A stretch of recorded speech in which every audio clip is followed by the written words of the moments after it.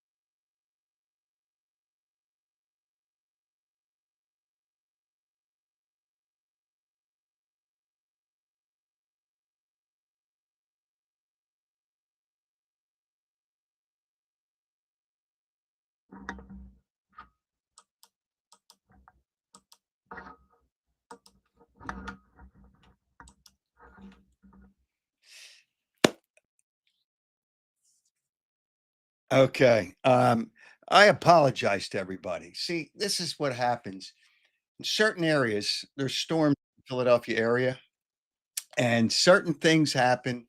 And there was a glitch in the electricity, and it just, I guess they don't want me to talk. Somebody's trying to shut me up, but you're not going to shut me up. You can't shut me up. All right. So let's continue to tell you about our wonderful people that support this program. Piazza Property Pros, 25 years of experience. They are terrific, whether it's your pool, you want pool maintenance, you want excavation, landscaping, fencing, they can do it. 610 566 2608 to schedule a free consultation. That's 610 566 2608. PiazzaOutdoor.com. You can't miss with Piazza. And you want to save money on your cable? Now, who doesn't? Really, who doesn't want to save money? Tired of overpaying for cable TV? Then you have to cut the cord with Jason. Jason offers an incredible service that will save you money on monthly TV and internet bills. Now, he's got some really great endorsements from people that he's done work for. Here's what people have to say. He's a smart guy who can save you money with TV and streaming, and that's Lloyd. And we saved lots, and I have recommended him to people, to numerous other happy cut the cord clients, and that's Marie. Marie has also endorsed Jason, and there's so many endorsements coming in. Helpful, kind, and a good teacher when you change your TV service. That's Jason. People love to cut the cord with Jason. For more information to save yourself a lot of money, do yourself a favor. Call Jason today, 215-801-5858. All right. Let's now. Somebody's trying to shut us down, Herm, and I'm not going to allow it. Herm Edwards is our guest, and there's somebody out there trying to shut us down. I understand. I'm not going to have it. I'm not going to have it. You know what? How many years when you were in Philadelphia were people trying to shut me down and they couldn't do it? They couldn't do it. Hey, you're a survivor. I mean, you have that Philly toughness. So one thing you learn about Philadelphia folks, they're tough. I know you gotta be tough. And there's going to be something really, really important and astute that Herm or I say. And I'm going to ask a question after Herm's done, and you can win a gift certificate for Chickies and Pete's. You got to get your entry in by Friday at midnight. I'll announce the winner on Saturday. All right. Herm Edwards, who I think should be on the Philadelphia Eagles Wall of Fame. But, there's not enough people that believe that. 33 interceptions, 9 years here with the Eagles. It was you were drafted, your first team out of San Diego State.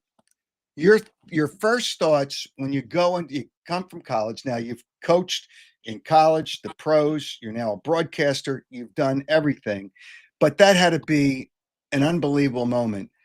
And did you have any idea when a player gets drafted, do you have any idea that it's the team that's going to draft you? Well, Howard, I didn't get drafted. Oh, you were a free agent. I came in as a free agent. Wow. I had about 5 teams that offered me contracts. The first one was Miami. I actually went to Miami and went through a rookie orientation. Got a phone call that same night that we were staying in a hotel, and got a phone call from Philadelphia, said, "Don't sign the contract. Whatever you do, we want you here too." And I knew Dick Vermeil and Carl Peterson. They recruited me to go to UCLA. When I came out of high school, I ended up going to Cal. And, one thing leads to another. I come there, obviously.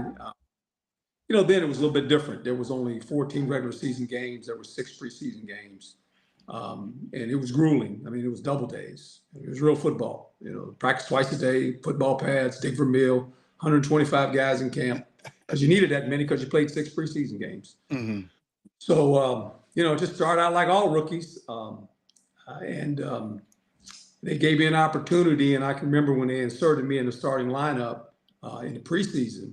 Actually, when I got in there, I said, "I'm not leaving," and I didn't leave. Stayed there, and obviously, was a pretty good player. We were in a system that really suited me well. The one thing I could do, and I've always been able to do, is take the ball away.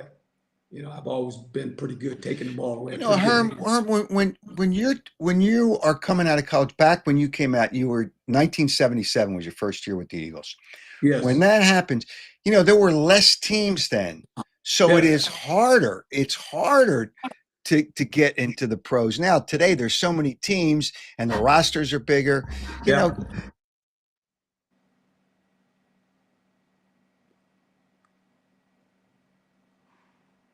Lost your key.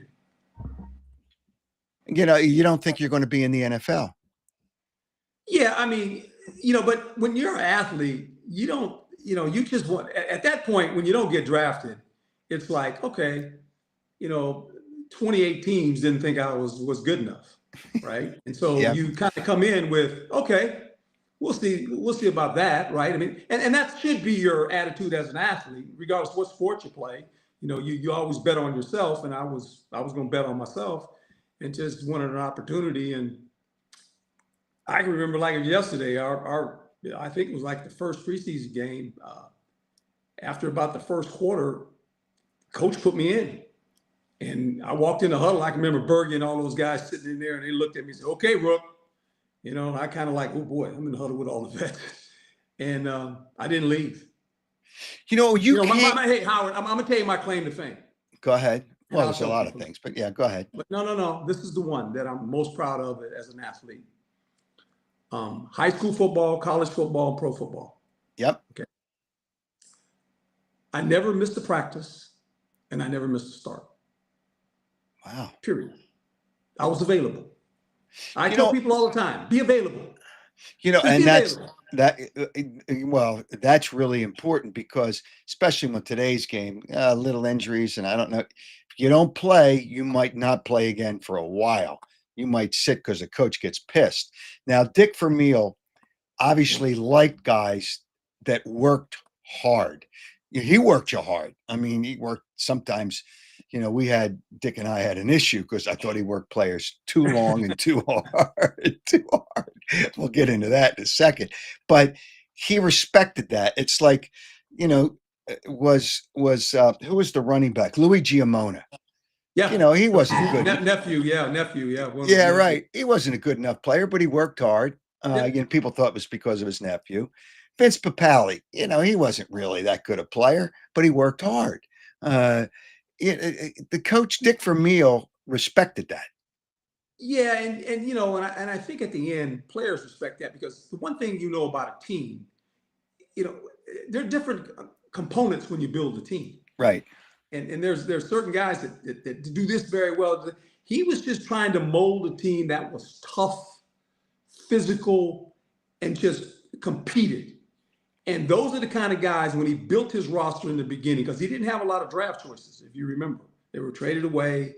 He came in with a bunch of guys that were just tough, and no one expected it. No one's, these guys aren't any good, And it was kind of like the Eagles were a team that played with a chip on their shoulder. He had something about him.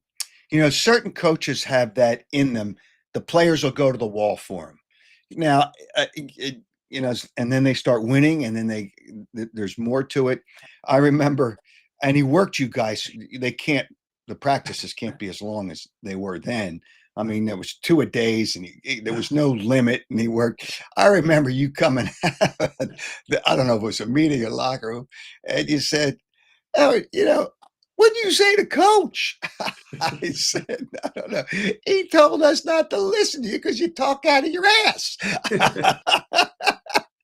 I'll never forget that I told Dick that story because I said, as soon as this team doesn't win anymore, they're going to bail on him.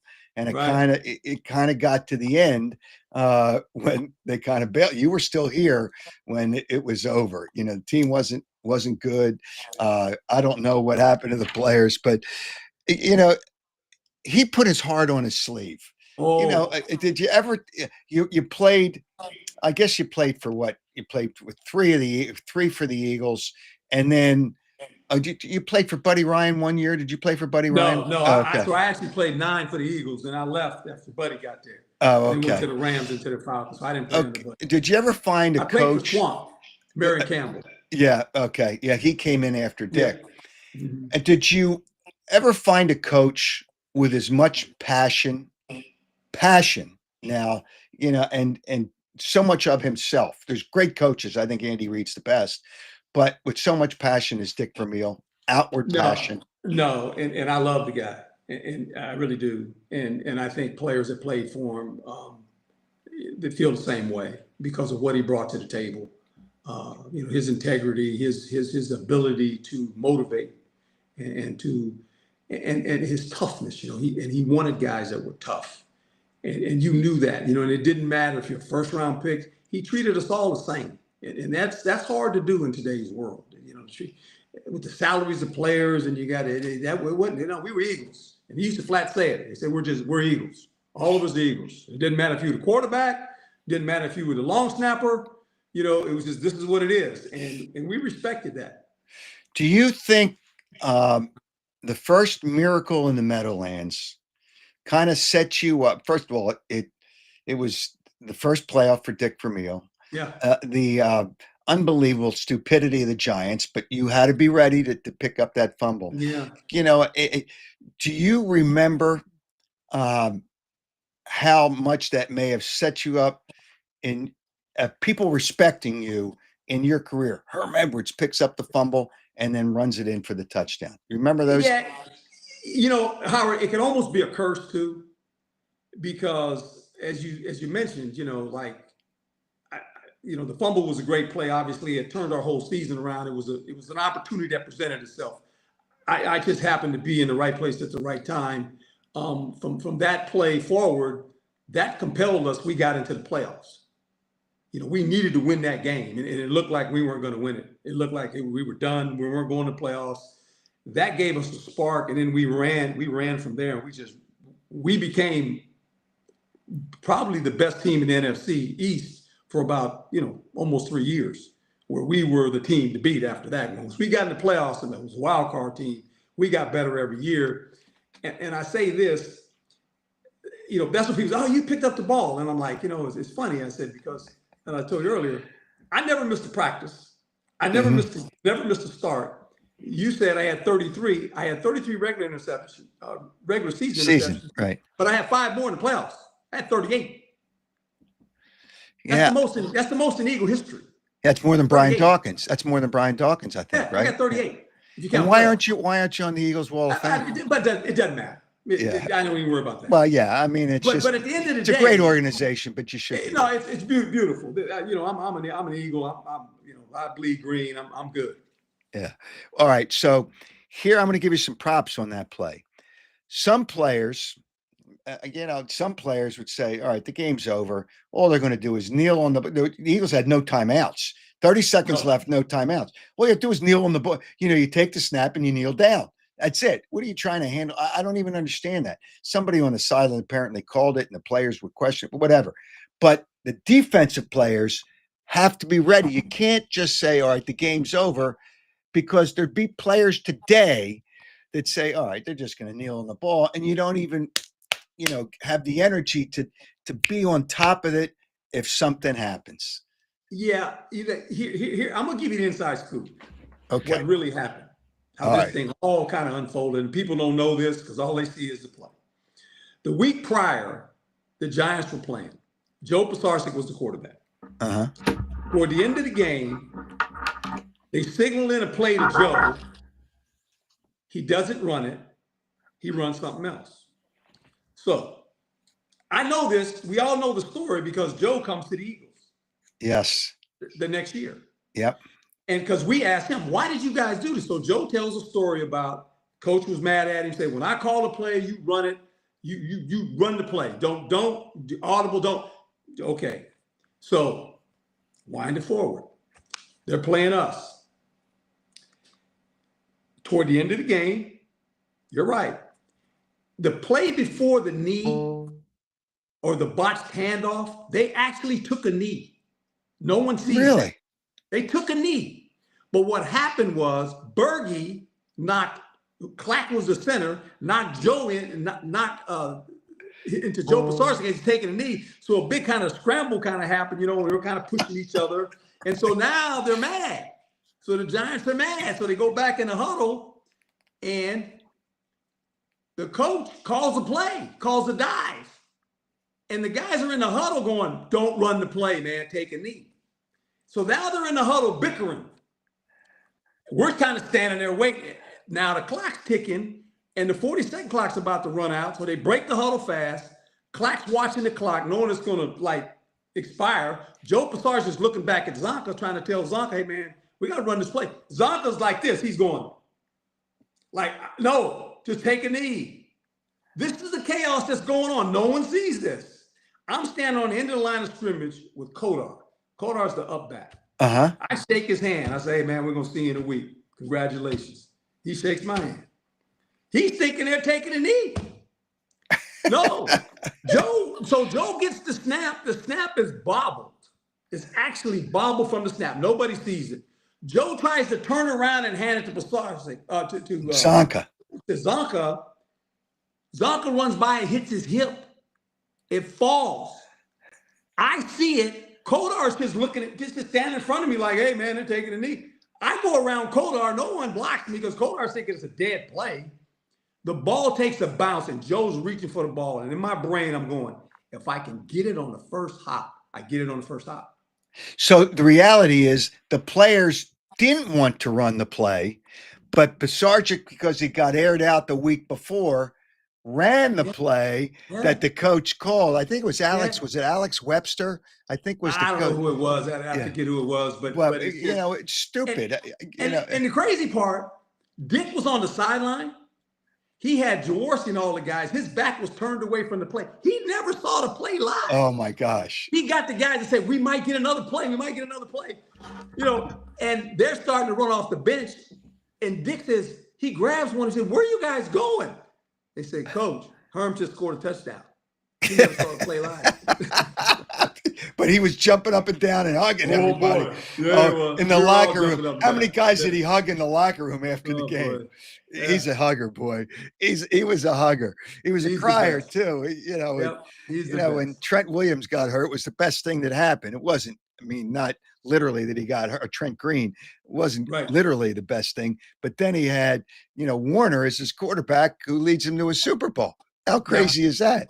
It's just all right. So, the reality is the fumble recovery was a big part of your career. Is there another moment another moment in your career that you think about, your playing career that you think about? When you're a rookie, you come in the league and you watch football your whole life. Our first game was against the Rams in Los Angeles. Okay. And the quarterback was Joe Namath. Really? And, that's right. He ended up with the Rams. And so, in 1968, I watched Joe Namath in my home when I was back in California. Watched him win the Super Bowl and come off holding the ball. That's Joe Namath, man. Everybody knew who Joe Namath was. So we're playing the Rams, and I'm playing against Joe Namath, right? That's my first NFL interception was against Joe Namath. Really? So I got the ball. It's one of these balls. Fumble. I got the ball. Okay, so that was before the fumble. That was that was my first year. Interception. First year. Okay, so that was the fumble's your biggest play. That's the biggest play. Well, it wins the game. It wins the game. It wins the game. But there's. I've had first interception is pretty. So the first interception might have been the biggest play in your career because it was against Joe Namath. It was against Joe Namath. My career, the fact that you're playing Joe Namath in Los Angeles. I'm a West Coast guy. I'm in the Coliseum, and I'm playing against Joe Namath as a rookie. And I get an interception. I'm like, we didn't win the game. We lost the game. And I went, man, first NFL. That's great. All right. So now you go from Dick Vermeil to Marion Campbell. That wasn't, there were just two different dynamics there. Do you agree with that? Yeah. Marion just didn't have I don't know what it was, the pizzazz of Dick Vermeil. Well, would you say that? You make that change and the team was a different team then, right? We had veterans that got kind of older, and you go to the Super Bowl, and then the next year you come back and you think you got a shot at it and we were really good again, and then we lose to the Giants in the first playoff game, at home. I can remember losing to the Giants, and oh boy, and we thought we were going back because we were better than the Raiders. The Raiders deserved to win. They beat us that day in New Orleans, but we were a better team than the Raiders. There's no doubt. We knew that. All right. So now, in your career, you coached in the pros. Not the easiest thing in the world to do. And the memory that people have, you're coaching with the Jets. Coaches just don't go off like you did. Let's play that. I don't think you'd won a game up until that point, right? I don't think the Jets hadn't won a game. We were 2-5, I want to say. Yeah. All right. So this is what the greatest thing about sports is. You play to win the game. Hello? You play to win the game. You don't play to just play it. That's the great thing about sports. You play to win. And I don't care if you don't have any wins. You go play to win. When you start telling me it doesn't matter, then retire. Get out. Because it matters. Whenever I bring that up, and I repeat it, I said, you play to win the game. And you said, don't forget hello. Hello. Don't forget the jingle. It's great. You know what? I miss that from coaches. I miss coaches really saying what they think after a game. You don't want to dime out a player, but I guess you don't. But still, you got to be honest, don't you? Well, when you think about that, that was that press conference took place on a Tuesday, and there's no players in the building on a Tuesday. They're off on Tuesdays in the NFL. And basically, the question got to be, they were about to ask me as a team, quit on you. Are they going to quit, right? And before they could get to that, I said that. I said that for this. I was protecting the game of football and making sure everybody understood, not only in football, just in life in general. When you start out on a task, you finish. You can't quit in the middle of it if it's not going good. You can't say, no, I'll come back tomorrow. No. You got to finish this. And what I was basically saying is like, you don't get to quit. That ain't part of the deal. No. You didn't sign up to quit. You signed up to play football, and we're going to try to win a football game. I just want to win a game. And it is ironic because it was on a Tuesday. And so no players are in the building. And so I don't watch television. I don't watch the stuff that, you just then you go in the office and you work all night, and you come home and it's 12 o'clock, 1 o'clock in the morning. And I come home and my wife opens the door and she goes, "What did you do today?" And I said, "What are you talking about?" She said, "It was all over television. It was everywhere." I said, "What are you talking about?" I forgot what I had talked about, right? She said, "The hello, you played it." I said, "Oh." So I looked at her. I said, "Was it good?" She said, "Oh, it was good. It was good." So I come to the office the next day. I come in the team meeting. And I'm about to address the team, about we're getting ready to go on the road, play somebody. Right. And Chad Pennington says, "Coach, can I say something?" I said, "Stand up." He said, "Coach, we heard what you said." And I looked at the team and I said, "Are we good?" And they said, "Coach, we're good." I broke the meeting. I said, "Go." We won the division. Really? After that? We won the division. So why don't you think coaches in today, I mean, they're programmed by their PR people, which is a joke. Like, don't say this, don't say this. There's a lot of coaches that have a great personality, and they don't show it. They're okay. They know what they're doing. They're smart enough to be a head coach, most of them, not all of them. But why don't you think coaches are more vocal when they speak to the media? Well, I just think that, there's this dance you dance with the media. You give them enough information so they can do their job. Okay. But you don't give them too much information where you expose players or coaches. Your job as a head coach, here, you protect the organization. You protect the players. You may have a certain feeling about a player or a coach. You don't do that. You take the hit. That's one thing I learned about the head coach. You take the hit, man. When it's bad, you take the hit. So in today's world, when the coaches kind of dance, do you think they should be a little more? I know social media has changed things. Howard, I think you got to be who you are, whatever that is, right? And my personality is who I am. I'm always going to fight for the players because I'm a player first before a coach. Okay. I'm a player first. I think like players. I think that was when I did that, I gained the respect of all those players in that locker room. They said, we're going to fight for this guy. That's basically what they said. They said, we're going to fight for coach. Because coach didn't throw us under the bus. He didn't start throwing players under and say, hey, we got to change. No, I didn't change position. I didn't cut guys. I said, no, we're going to be good. We're going to start. We're going to practice better. We're going to do some things a little bit better. But I didn't, and I think when I did that, the players went, wow, coach ain't calling none of us out publicly. What's interesting? This was Doug Peterson. It was probably the year or two before the Super Bowl, but he wasn't here many.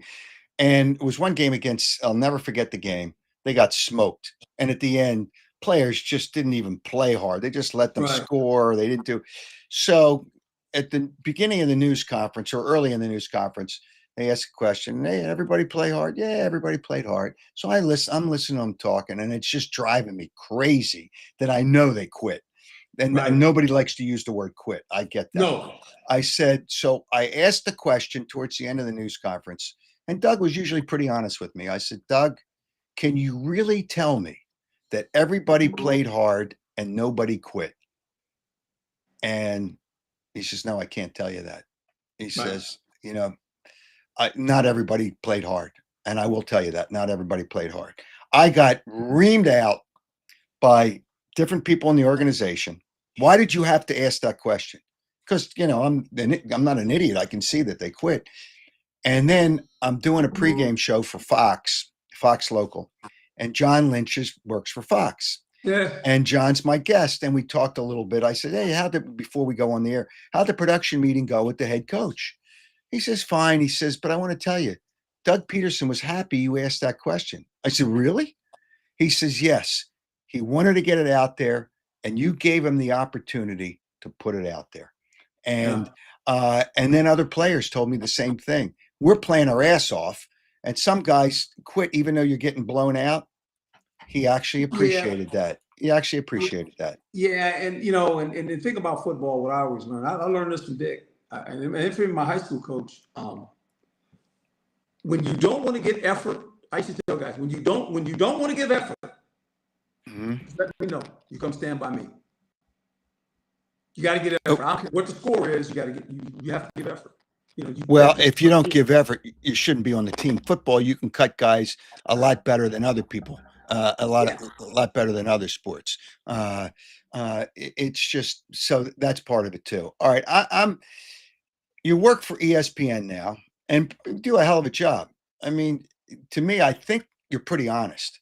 Honest. Oh no. Okay. Yeah. Okay. So is it tough? Is it difficult? I had Mike Quick on.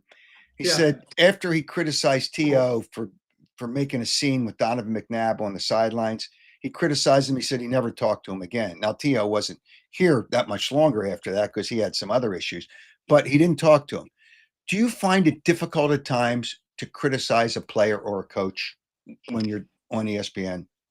No, because I do it in a way where it's never, it's just, I'm the voice of reason, right? Because the thing that I have going for me, and I use it a lot, I look through the eyes of a player as well as a coach when things happen. And I view it that way. I don't view it as a fan. I don't view it as a coach. I view it as a player. And I go, what why did this happen? Right. And then I try to explain. I just explain it. Say, well, this is the way it looks this way, and it may be looking that way. And I said, but this is what happened. And then the fan can figure it out on his own. But right. I don't, say, hey, coach, no, look, I don't get into that. There's enough people to do that. I just try to be the voice of reason and calm people down. No one wants to coach bad. Nobody wants to play No. bad. They don't do that. That ain't part of the deal, man. It's just not, and so I look at it through that lens. Because I always remember, I was a coach, I was a player. I mean, say, man, so I know how those guys feel. Right, exactly. So, all right, so now you've coached in college, you coach in the pros, you coached in college. The difference between the pros and college, you would think college players would listen to you more than the pro players. Yes or no? They do, because they want to get to the National Football League. But now it's the different dynamics, because these college players, some of them make more than the coaches, right? Because of the NIL. I mean, it's amazing. I mean, look, it was just kind of starting when I was at Arizona State, and I hate to tell the Philly fans, but that quarterback that Washington has, he was my guy. Really? Oh yeah, he's good. He's a good quarterback. He's more than good. He's more than good. I had him as a freshman. Wow. He played for me for 2-3 years, and then when I left, he went to LSU. Yeah. No, I talked to him every week. Talked to him every Saturday before he played. Wow. Yeah. That is wow. That's fascinating. That's fascinating. All right. So and the college game is messed up. And I'm just going to deal with. It's not messed up. It's different. It's not. It's too much money. It's just. It's different. It's just, you change every year. It's better. You're a free agent every year. But here's the deal, and this is the world we live in. The new generation of people, they're okay with that. It's us. We look at it and go, no. I go, hey, this is what it is, man. Deal with it. We all got to deal with it now. I'm going to put you in the position as the head coach of the Cleveland Browns. And I haven't talked, I can't text him because he'll never say it, tell me on a text. Kevin Stefanski, I knew when he was a kid because, his dad was here, I knew him as a high school. But anyway, and I don't know if he'll tell me the truth anyway. If you were the head coach and Shedeur Sanders, a 5th round pick, Shedeur Sanders has a new Rolls Royce roll into camp with Browns. It's his second Rolls Royce, not his first, his second, because he made $5 million in Colorado. If you were the head coach, would you pull him aside and says, what do you think your teammates are going to say about this? You can't do that. But that goes along with when you're drafting.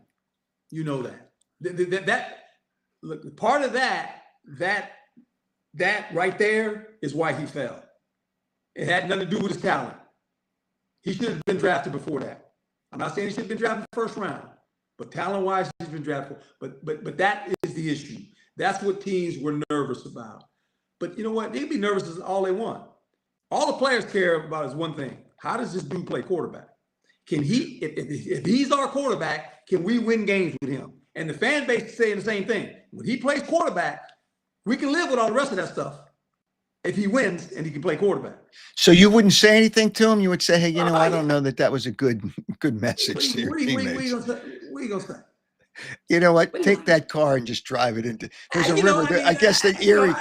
Isn't there water near Cleveland? It doesn't surprise me. What I would say, I'd call him in and say, what are you doing driving 100 miles an hour?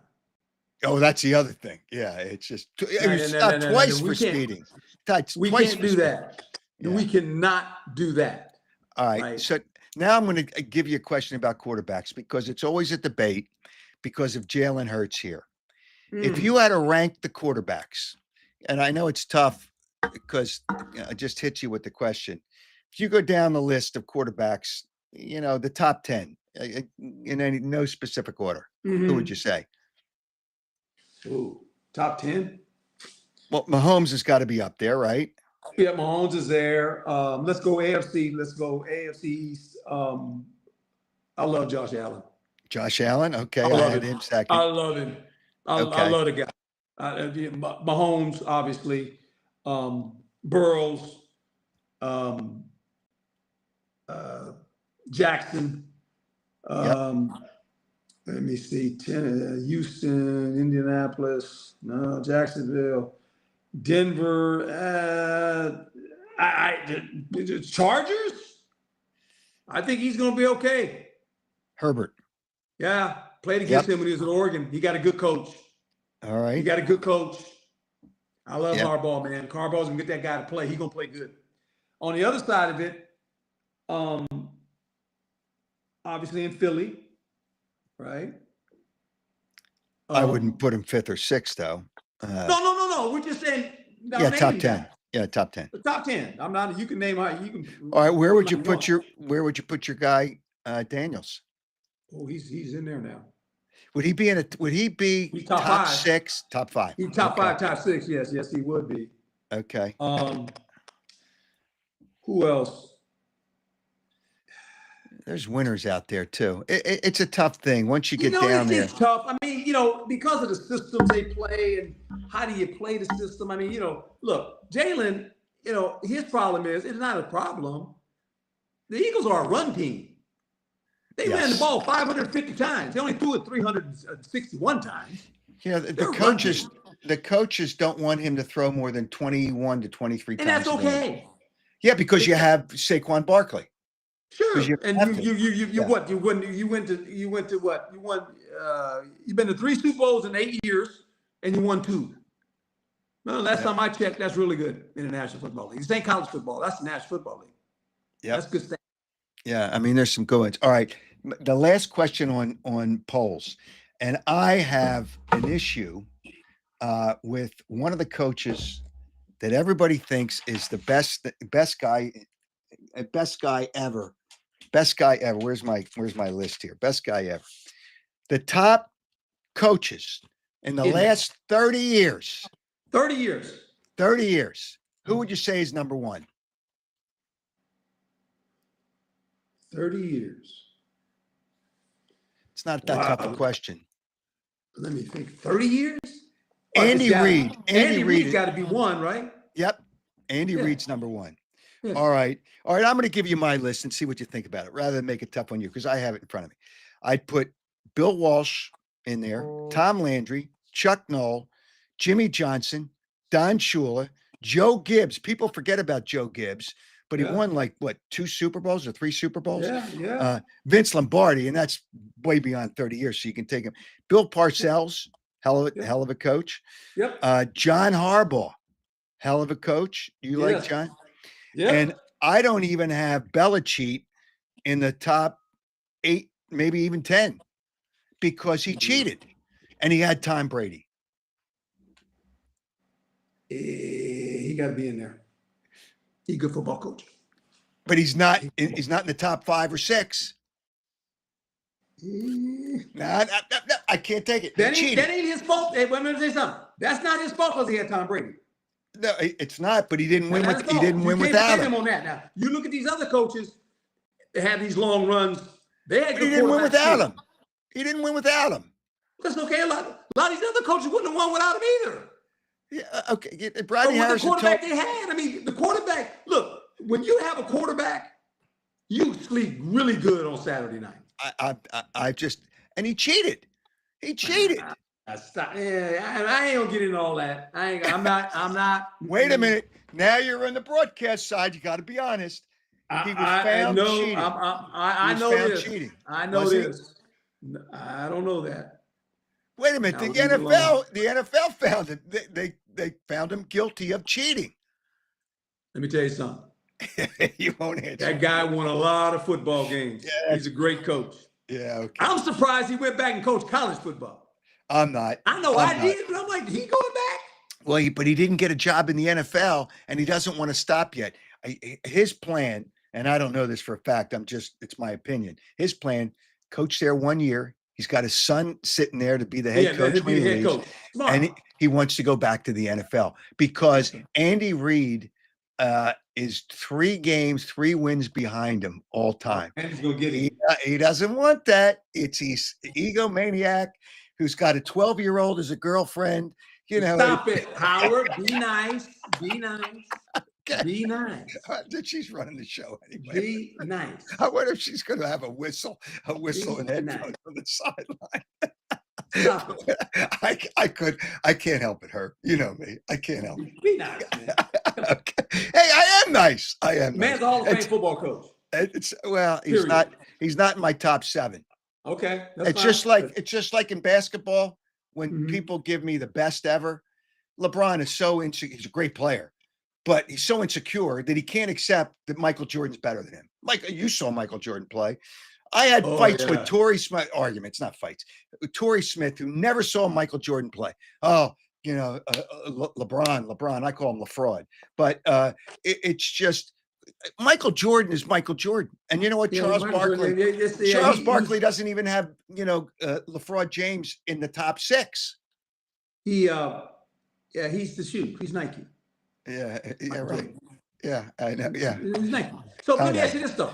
So, but you gotta be honest. So let me ask you this. Since I just want to see how you feel about this. Pete Rose, he Hall of Fame? Absolutely. Now, what he did was wrong. But you know what? If you walk in the Hall of Fame and you see all the records he set, nobody will even come close to the all-time hits. No one will come close to the way he played the game. No one will ever come close to that. And the sad part is he'll get in the Hall of Fame now, but because he's passed away, that's sad because he won't be there. It is sad. Yeah. Let me ask you one more. Go ahead. Bobby Bonds? I mean, not Bobby Bonds, his son. Yeah, Barry Bonds. Yeah. No. Hall of Fame? No. And the reason I say no, he was a Hall of Famer until wait a minute. If the truth will set you free, and he didn't tell the truth about using steroids. I'm going to tell you a story because the helmet company was located out near me, and I knew the guy. It was ABC at the time. Now Rolex owns, I guess, everything. They were located not far from where I live. And I stopped in a couple of times. He says, and the guy told me, he says, making helmets for San Francisco and Pittsburgh, do you know Barry Bonds' helmet size went from a 7.5 to a 9.25? How do you think that happened? How does your head grow when you're an adult? Okay, but let me ask you this question. Okay. This is how I look at it. Okay. Before all that mess happened, when he was in Pittsburgh. Yep. When he was in Pittsburgh, he was already in the Hall of Fame. Yeah, when he left the Pittsburgh Pirates, he was already a Hall of Famer to me. He was, but he shouldn't have cheated. Okay. But he ruined the greatest record in sports, the home run record. He ruined it. That's all I want to know. I just want to make sure we're on the same page. Hank Aaron. When he left Pittsburgh, he was in the Hall of Fame. Yeah, okay, but then he screwed it up. But Hank Aaron and Babe Ruth, he ruined their records. So did Mark McGwire. But now they're kind of honest about it. Well, I just used cream. No, you didn't. You cheated. You cheated. You know what? Well, we can get into that era. That's all right. It's like Roger Clemens won't get in either because he only had 198 wins before he started getting shot up in the ass with with all kinds of junk. But it's just so I have a little bit of a problem with that because if you told the truth will set you free. By the way, I will tell you. When I lost the electricity at the beginning, I saw the name up on my comments here, a Pennsylvania State Trooper wanted to make sure I was all right. So he chimed in to the show. He wanted to make sure everything was good. See, we have the Pennsylvania State Police listening to you, not because you're going 100 miles an hour, but because you're good. No, not me. Yeah, what about me? No. Hey, and you live in a fabulous place out there in Carmel. Yes, you're just in heaven. You're in heaven. And say hello to Clint Eastwood for me because I know he's your neighbor. He's my neighbor. You're correct. Hey, Herm, it's always fun. It's always fun to talk. Hey, Coach told me not to listen to you. Yeah, no, I tell you what. I love Reveal. We're good friends now. And our relationship, ours is one that is very important. The people, especially along the way that you meet along the way, right? Yeah. Life. That's how life works. And there's certain people they're gonna be your friends for life. And yep. I consider you a friend. And you tell it like it is, man, and I'm okay with that. Yeah. I'm Hey, all right listen, with that. you just got, hey, the thing that I do, I just don't go talking out my rear end. I try to check and see and talk to people. What's going on? How's this? But I love you. And I really appreciated you as a player, and you should be up there on the Eagles Wall of Fame. But, sometimes you can't go back, and just got to know that the fact that you had 38 interceptions as an Eagle is pretty damn good. See, that's a good number. That's the number one spot right now. I'm still holding it. You're the best. You're the best. Hey, Herb. Thanks. I love it. Thanks, All brother. right, brother. I'll talk to you Appreciate you. soon. All right. You Fly, too. Eagles, fly. Let's go. All right. Talk to you later. See you later. Bye-bye. I didn't want to put him on the spot and ask him where he thought the Eagles would finish, but it's tough. But we'll talk about that down the road. I see a question here. Would Herm go back to coaching again? No, he's got a great job with ESPN. Pat, thanks for your comment. Great conversation. I didn't realize Pat said Herm was born on an Army base. Wow, I didn't realize his dad was a World War II veteran. How about that? But as Herm said, and I see somebody wrote, Dave, you play to win the game. But don't forget this. Hello. You got to include hello. Whenever you say that, you got to include hello. And Vince, I saw your comment out there. Thanks for joining the show, Vince. Did Herm want to jump back in again? Did you want to jump back in again, or did you just make a mistake? You're sorry. I found out you were born on an Army base. I didn't even know that. Yeah, I can't hear you. You don't have the audio on. That's all right. Born on. Hey, that's all right. Can't get enough of Herm Edwards. Thanks, Herm. He's just playing with his phone. All right. I do want to, and I'll do this Saturday. The show's going to be you on Saturday. Okay. It's going to be you. Because we're going to talk about the Sixers and the draft and how they can continue to screw things up. They are so far behind in what is, the NBA now. There's so many good teams. There is so many good teams. It's just unbelievable. So we'll talk about them. It just doesn't matter who the first pick is. It matters that they still have Embiid and they still have Paul George. And the Sixers selected. They didn't select the guy out of Rutgers, VJ Edgecombe. So that's who they drafted. We'll talk about that on Saturday. I don't know. I guess they didn't want, and it's obvious that Ace Bailey wanted to go somewhere else. The number 3 pick, the Sixers took VJ Edgecombe as the number 3 pick. But they tried to get cute. So whatever. And we'll talk about it. It'll be you and me on Saturday. It's really easy to link into the show. So, by the way, all right, I'm going to do some business. And, it's not hard. And if you don't want to be on camera, you can do it without the camera. But I want to thank our presenting sponsor, Jeff Stillwell Financial Advisors. I'm telling you, I had lunch with him, and we were just having lunch just to kind of catch up on a lot of things. But he gave me some really great advice. Just talking to him, he's a wealth of knowledge when it comes to your wealth. Jeff Stillwell Financial Advisor, 732-343-0813. And you want a new vehicle and you want to get a great price. Remember Audi Westchester. I'm going to repeat that. That's what you got to remember. The dealership, Audi Westchester, an A3, $439 a month, or a new 2025 Audi A5 Sportback for $529 a month. All you need is $2,500 down, plus taxes and registration fees, to lease the new 2025 A3 Quattro or the Audi A5 Sportback, 36 months, 7,500 miles per year. Stop by Audi Westchester, 1421 Wilmington Pike. Don't wait. This special offer won't last long, and it's for you, the people that watch and listen to the Howard Eskin Show. 2025 A3, $439 a month. That is a great price. And the A5 Sportback, $529 a month. Check out AudiWestchester.com. That's AudiWestchester.com. And you want to save money on your cable. Tired of overpaying for cable TV? Then you have to cut the cord with Jason. Jason offers an incredible service that will save you money on your monthly TV and internet bill. Now, here's what people are saying. And here's Lloyd. He's a smart guy who can save you money with TV and streaming. All right. Another great endorsement. We saved lots. And this is Marie. We saved lots, and I have recommended, there's Marie, there you go.